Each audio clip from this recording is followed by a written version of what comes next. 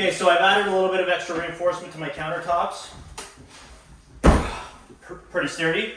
I've added a few support piers at strategic locations underneath, just using 2x4s and shims to make just everything's friction fit and then screwed down and then just gravity holding everything in place. They're not going anywhere. And then I also added a few 2x4 rails because my countertop is going to extend out to that wall. And that little nook is going to contain a dishwasher, so I want a countertop straight through. So for this next step, I've cut a bunch of these little 1/4 inch strips of wood. And what that's going to do is allow me to elevate my 3/4 inch form for the base of the concrete a little bit above the top of the cabinet so that I can slide my edge form in, and it will allow a gap to be created where when I remove the form, you're not going to see the edge of the plywood. It'll allow me to slide a piece of lumber underneath and create a little pocket of concrete that will conceal the edge of the wood. So this step, you don't have to be too particular. I've selected the 3/4 inch base material for my form because it's rigid enough to basically support its own weight. So I've cut a bunch of these strips to fit the areas I need to, just to shim this whole thing up a little bit. And then I'm gonna throw my form wood right on top of that.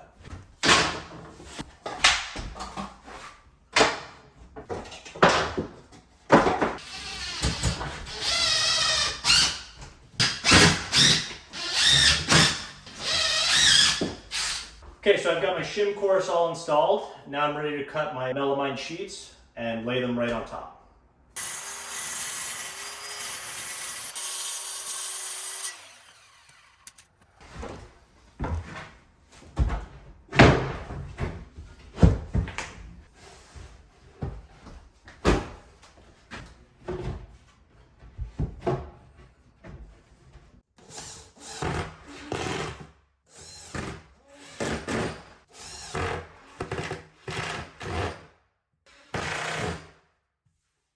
So at all the joints in my concrete countertop base, I've got these steel brackets. I want to make sure that the connection between these two pieces is solid and not going to have any flex. So these guys will allow it to everything move as one component rather than being two individual pieces. It'll help eliminate cracking in the future.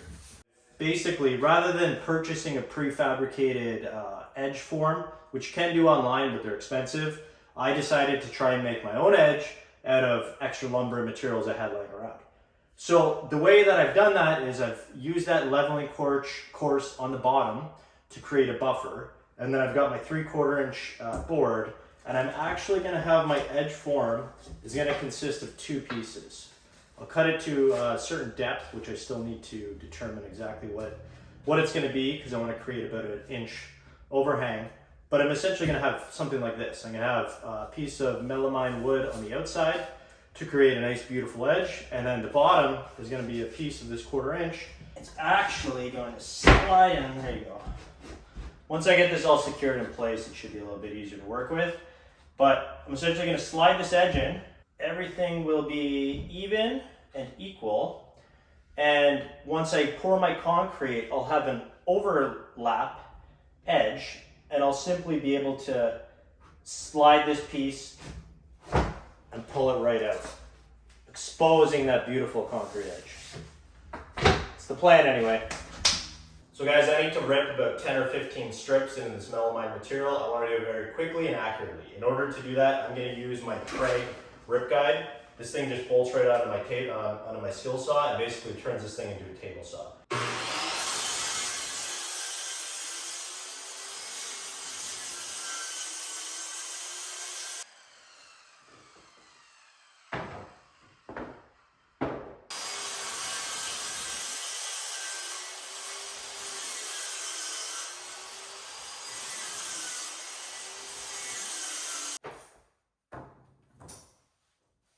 Okay, should add more than enough of these edge strips.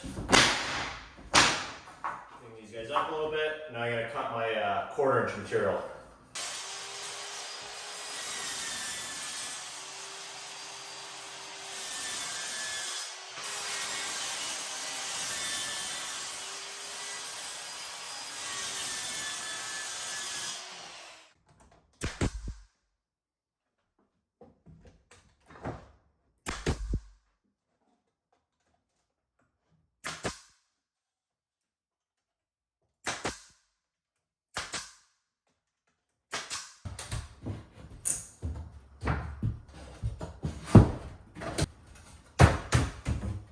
Okay guys, so this actually turned out perfect. So before I secure this thing fully into place, I'm gonna pull it back out.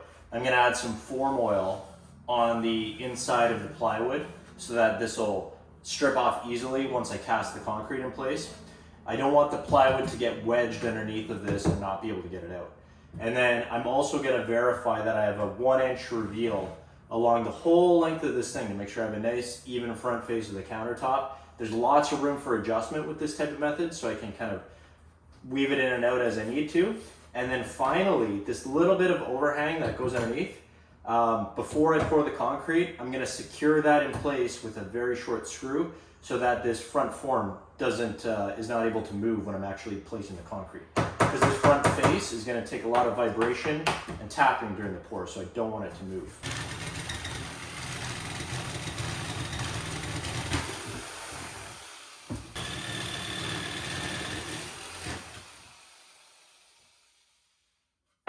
Moment of truth.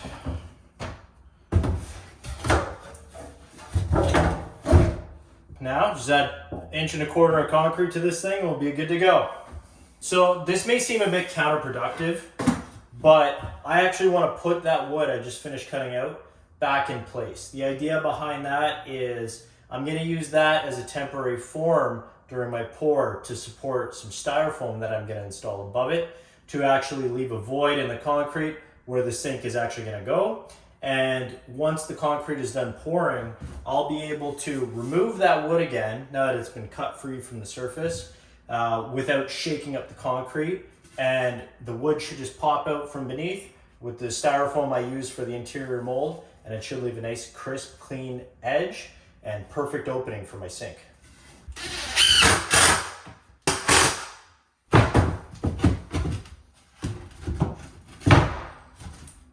So when I go to pour the concrete surface, I'm going to want to make sure that I actually have a void within the concrete for my sink cutout rather than just this cutout in the base. I need something to actually keep the concrete at bay within the form. In order to do that, I'm actually going to use a couple of sheets of styrofoam that I'm going to cut to fit using this exact same template. So I got a big sheet of styrofoam from Home Depot. This thing cost me 20 bucks at all, it's not too bad. The reason I'm actually going to use 2 sheets and stack them on top of each other. And the reason I'm doing that is because I want my countertop to be 1.75 inches thick, and I just couldn't find a piece of styrofoam to match. So I'll end up with 2 1-inch pieces, making 2 inches total. As long as this thing is above the surface of my concrete, that's the only thing that matters to me.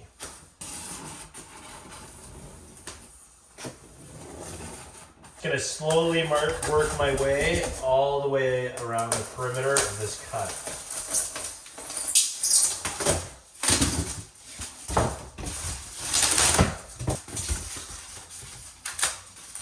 So those are pretty good. They're pretty even. But one last thing I'm gonna do, so I'm gonna screw these into place, just tack them both together so they don't move. And I'm actually going to run a piece of tape all the way along the perimeter of this sheet to get a nice even surface between the 2 sheets and smooth out any of these crazy imperfections made by the cut rough edge of the styrofoam.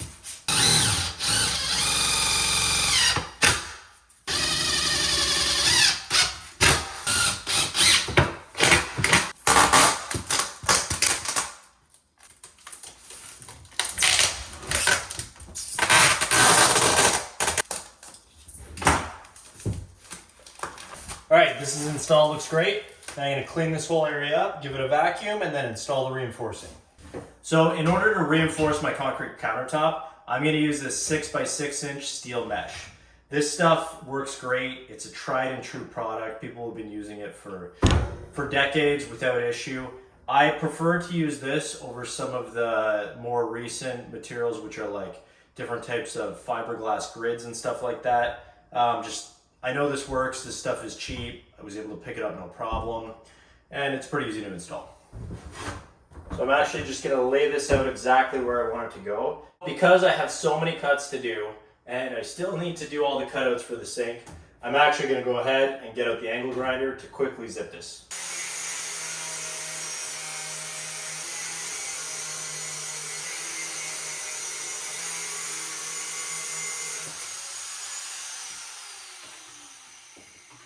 Now I'm gonna have to cut the pieces that intersect with the sink area.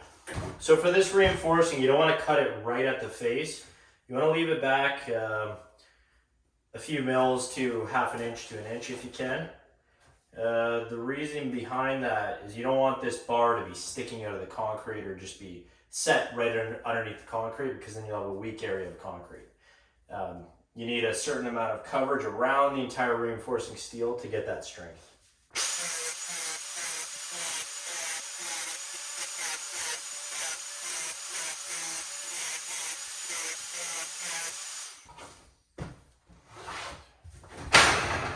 Okay, awesome. That looks great. I'm really concerned about these thin areas right on either side of the sink. So I don't think it'll be a problem, but I picked up these 10M epoxy-coated rebars. I'm gonna add one bar right in the middle on either side of the sink. And I'm gonna tie it to that mesh steel just to add this, add a little bit of extra tensile strength to this concrete in those thin areas. Now, the only thing that I want to do to this reinforcing is I want to make sure that it's not right at the bottom of the slab. It should be at the center of the slab. So I have a couple of pieces of steel that I'm going to use to get it up off the ground, just slightly, and then during the pour I'm going to make sure to check the height of my steel mesh to make sure that while I'm pouring the concrete, it stays right in the middle of the slab. So right before I pour, I'm going to do one more vacuum of the forms, and then I'm going to spray some form release right on the front of this form. So that way when I pour the concrete, I can strip this front form off no problem and not worry about the wood being bonded to the concrete.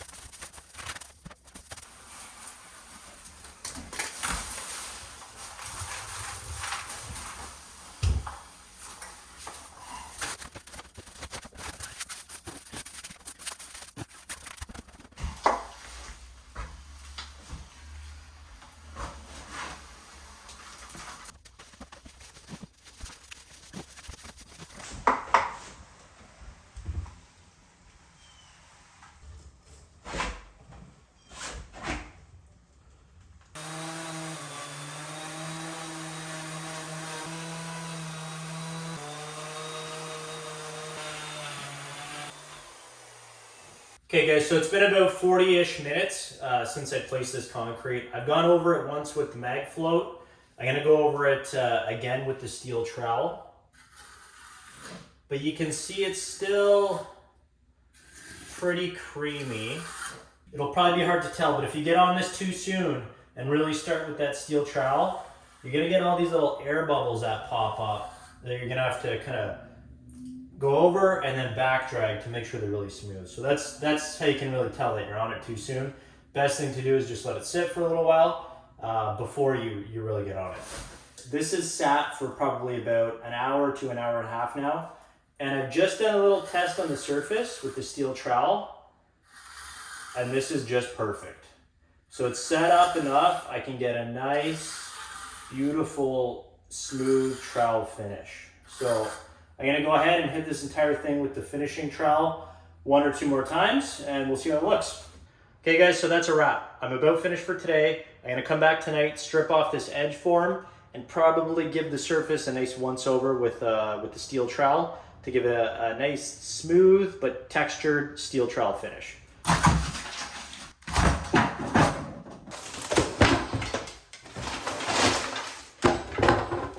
So guys, my concrete countertops have cured, dried out, and now the next step in the process is I'm gonna actually polish these things to get a nice smooth finish and get rid of any of these muted color patterns to bring out the real concrete stone finish. So I actually have a series of polishing pads meant for polishing concrete while it's wet. So I'm actually gonna use a grinder and use a bit of water to maintain a wet surface while I polish these with these resin pads. So I'm gonna start at a 50 grit pad, then go to 100, and go through all of these, all the way to a 3,000 grit pad. Once I'm done, this thing should look like a freshly polished concrete surface.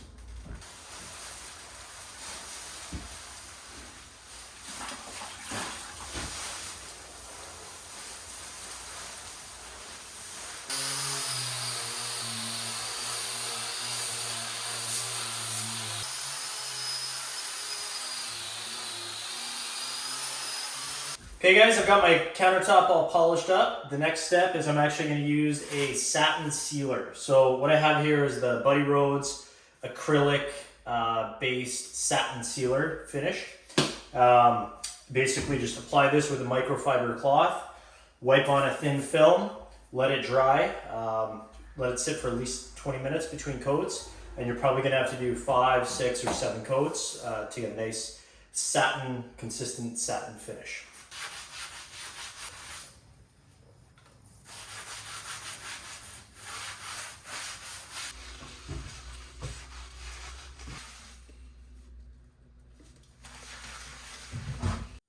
I finished on my concrete countertops and these things look great. I'm happy with the results.